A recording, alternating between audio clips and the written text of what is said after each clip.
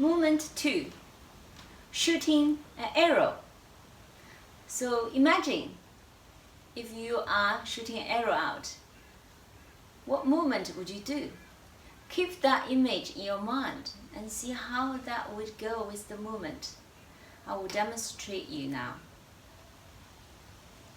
So where did we stop with the movement 1? Can you tell me? We are finished with open and then close back. So before we scope and connect the hands, this time we're going to change to cross in the front. Alright, bending the knee gently, taking a small step, body weight transferring, trunk rotation, turning to the left, change left hand to pistol, right hand, left hand to pistol, right hand to a fist, and opening your chest and open both hands to each side. Eye looking at your left index finger. Opening both hands, turn the left toes in, continuously making move. This time right hand out, left hand in. Bending the knees, relax the whole body. Transfer body weight to the left leg. Taking small step to the right. Foot down. Turning to the right. And then grounding the body, making right hand into a pistol form, left into a fist, and opening up. Eye looking at the right index finger. So we will do this 3 times. Each side 3 times. The one direction is movement 1, that's 6 times. And if we do 2 sides, each side 3 times. I just want to make a little bit emphasis of your hands movement. When I see a pistol form, I mean if you can, so 3 fingers bend naturally and the index finger gently stretched as well as your thumb. Both.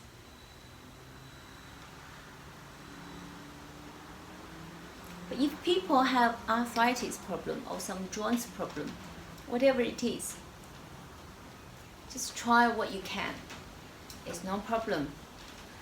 I have seen so many students with my teaching experience, they couldn't when they first started, and eventually all the joints become more flexible, and one day they just surprised themselves, noticing actually they are doing much better, doing what I was telling them at the beginning. So the time will tell, and just be comfortable and practice within your comfort zone. Make sure safety first, okay? And the second thing is about the fist. With the fist, very different is in Tai Chi. We promote relaxation, we promote natural curve, we promote going just as the body naturally designed to be. The hands and the fists not tight. So we'll never do the hands like really tight stretch. We just let the natural curve happen.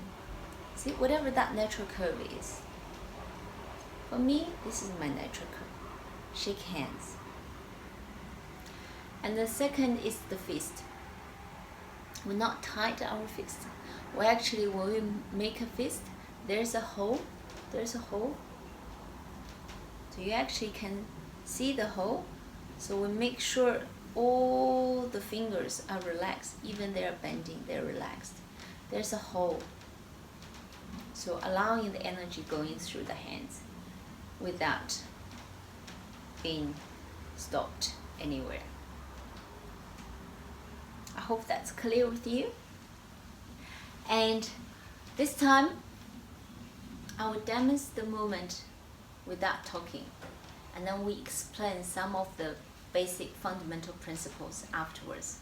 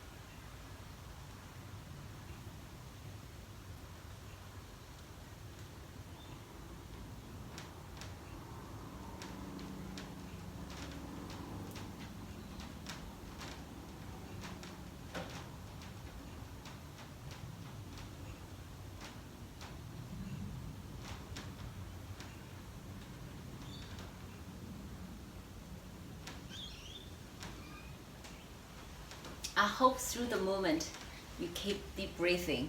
Remember we talked about at the movement 1, breathing deeply, remind yourself, connect with the belly, and maintain a good, correct body posture. I know it's not easy for some of us when we have a joint problem, or if our muscle hasn't been strengthened for a while, that could be challenging when you first start. So take it easy, step by step. Even just a little small improvement, you should give yourself a credit for it, because you are here with me and you're learning. You're making a big progress already to do it, and just do it. Okay, so what I do now, I will turn my back facing you, and I only do left and right side, do each side one time.